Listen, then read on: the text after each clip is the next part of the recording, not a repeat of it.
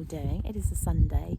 I did say I wasn't going to vlog, but I'm that person that's like so obsessed with YouTube and my channel and its growth and wanting to kind of keep the algorithm happy that I daren't stop, even if I have nothing to vlog about. So I need some inspiration, guys. Please put it in the comments below. Give me some ideas. I need help. Anyway, we've had a really good week with Sienna this week. She's schooled pretty well. She's been hacking. We've been going out for Lara the Legend, who's been on Coop, and she's been brilliant. She's been dealing with the traffic really well. We've also really worked out that she has to be in front. That is her favourite place to be. If she's behind, she sulks. She has to be in front. If she's up front, she'll walk out really well. She doesn't want any horses beside her either. So if, for example, when a big lorry comes, I try to protect her by putting her next to the verge and then Corporal beside her. She doesn't want that. That makes her cross as well. She tends to bite Corporal with that. She just wants to be up front, free to everything. And she's willing to take on the traffic and spooky things. To be fair, she's pretty good with traffic. She's not a particularly spooky horse, thankfully. She's a really good girl. However, this morning, I decided to go for a ride because we really are trying to keep working on her weight because she's a smidge fat. And I thought we'll take him for a hack. I've also stopped riding and leading as much as I normally would because it's not doing her back any good. So obviously when I ride and lead, she likes to be in front and she tends to trot to catch up, and then she veers to the right round the front of Corporal, and then I have no choice but to take a pull and tell her to come back, and it means that I'm always pulling on the right side and she's always bending to the right. So it's going to have to stop. So I've tried to just knock it down to one lead hack a week, and that was this morning. And I headed off down to where it's a dead end road and it's nice and quiet, and we saw some cows. Now if you've watched my vlogs, you'll know that Corporal and Sienna hate cows. Sienna's worse than Coop, and they were in the corner of the field, and I thought that's all right, we'll keep walking, we can do this, you know, we've got to progress with this issue. Anyway, of course the cows chose to run. They were young cows, chose to run, and they ran at the fence, and she just could not cope. It just panicked her instantly. And the problem is, obviously, with Sienna not having her back being a bit sore at the moment, she started panicking, twisting, running backwards. She slipped, and you know when you're like, oh my god, I've just made this 10 times worse. Anyway, I used it as a learning experience because, you know, what happened had happened. But I am now going to beat myself up for the rest of the day for putting her in that situation and possibly making her back worse. Now, I know she could do it in the field anyway. She could have a slip in the field. She could gallop around. She could panic. But yeah, you know, when you just think, why did I do that? Because, you know, we really are trying to help her back strengthen. And she didn't need that today. She really didn't. I mean, she'll probably be fine, but I am going to beat myself up for it for the rest of the day without a shadow of a doubt. It's just one of those things, isn't it? Anyway, I did actually manage to get them to stand next to the cows pretty closely for probably about 15 minutes. And she did get better and she did get braver. She was still very on edge, but she managed it. And in fact, I took them away and then went back again, and they were good. But, you know, but Corporal, to be honest, once Corporal stood next to him, he gets over it quite quickly, but you can see it. She's genuinely panicked by it. But yeah, I've got to keep working on it. I can't let it go because some show centres have cows around in the fields beside it. You know, I can't let this cow phobia that she's got get any worse. So it has to continue, but it's trying to do it and manage it without her causing, you know, issues to herself.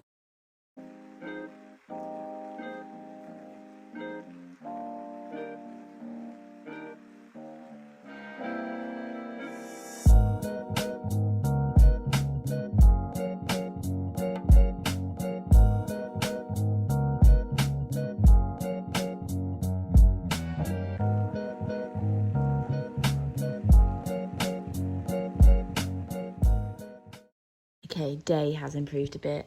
My dad washed my car for me. Look how clean she is.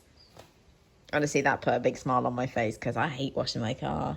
I also don't do a very good job, so she is looking sparkling white. Afternoon. Oh no, she's got the rope. No. Honestly, you troublemaker. Afternoon, guys.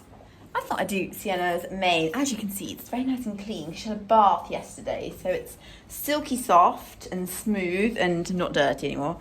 And I thought I'd give it a bit of a trim because it's getting a little bit long for my liking. Like, I don't mind. Oh, God. She's obsessed with licking this stool. She has a salt lick, which she does lick a lot. She really does love salt. I know I said it before, but she is obsessed with salt. Excuse my own hair. Got a frizz today. Very humid, so the hair can't cope. Anyway, I sat down. This is what her mane, if she'd like to put her head up, which she's not going to because she's too busy licking, her mane's getting a bit long. And I don't mind a long mane, but I feel like this does need a bit of a chunk taken off of it. So I've got my favourite, oh, look at her. She's such a pampered princess. I love having a horse that loves to be pampered. It's been a long time since I've had one that genuinely loves to be groomed and bathed and sort of just played with. Yes, I'm going to use, and switch it out quickly, my little smart grooming, can't remember what it's called, trimming knife, something like that. It's great. I don't need to make her mane any thinner. It just needs to be shorter, so this is perfect for that. She has got a bit of a rub here, which is frustrating. It's not awful, there's still mane there. It's from the rug. She doesn't get it in winter, because in winter she'll wear just a stable rug and never a neck. But it's from the fly rug, which is really annoying, but never mind. So this is the before, and hopefully I can show you the after. Stop licking. And it's not raining. I'm going to take her outside and I'm just going to trim the bottom, probably with scissors, because I just find that that's a little bit easier. But it is a lot shorter. It didn't take me that long, actually. She was very good, weren't you? You're a very good girl, yes.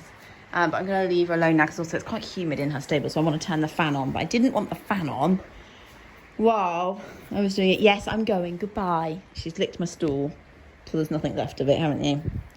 Right. I'm going to leave her forelock because I personally like a long forelock. So I'm not going to be taking anything off of her forelock. So welcome to my little bit of paradise. As you can see, these gorgeous woods. And then in the corner here, it is just so full of wildlife. There are deer that live out here. There's a fox that lives out here. There are endless butterflies and dragonflies. It's just so stunning out here, and it's so peaceful. And I mean, there are buildings up the top of the field, but down here it's just so quiet and beautiful.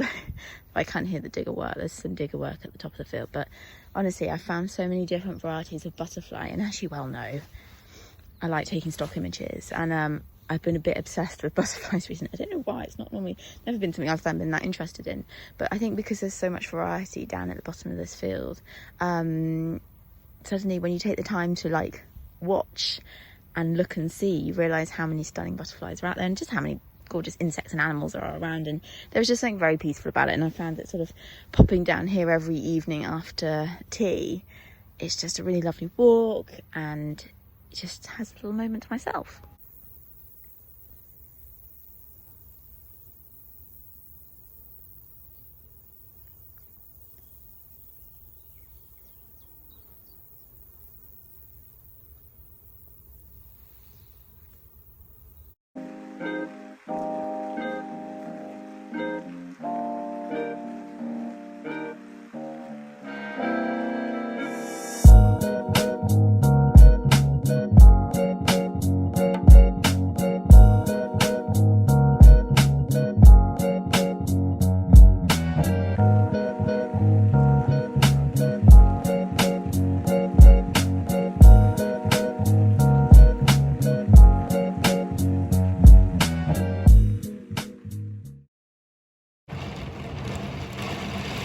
Just a little bit of rain, it would seem.